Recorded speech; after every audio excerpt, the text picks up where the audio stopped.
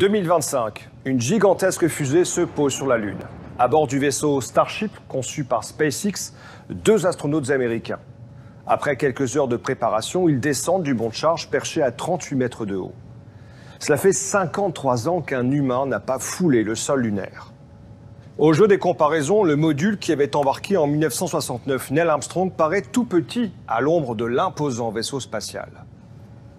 Le retour sur la Lune se fera progressivement. Les premières missions ne dureront que 7 jours, pendant lesquels les astronautes vivront dans leur vaisseau, avec quelques sorties pour installer du matériel ou explorer les alentours avec une Jeep lunaire.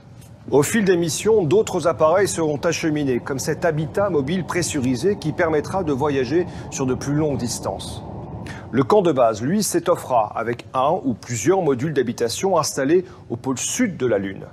Il accueillera 4 astronautes pour des missions d'1 ou 2 mois. Le but est d'étudier notre satellite, mais aussi de tester des nouvelles technologies, des nouveaux scaphandres, des nouveaux véhicules. Il faudra apprendre à exploiter les ressources du sol lunaire pour produire de l'énergie, par exemple. Tous les détails ne sont pas encore connus, mais on sait déjà que les astronautes repartiront avec le même vaisseau. Pour faciliter les opérations, une nouvelle station spatiale sera assemblée autour de la Lune par les Américains, les Européens, les Canadiens et les Japonais.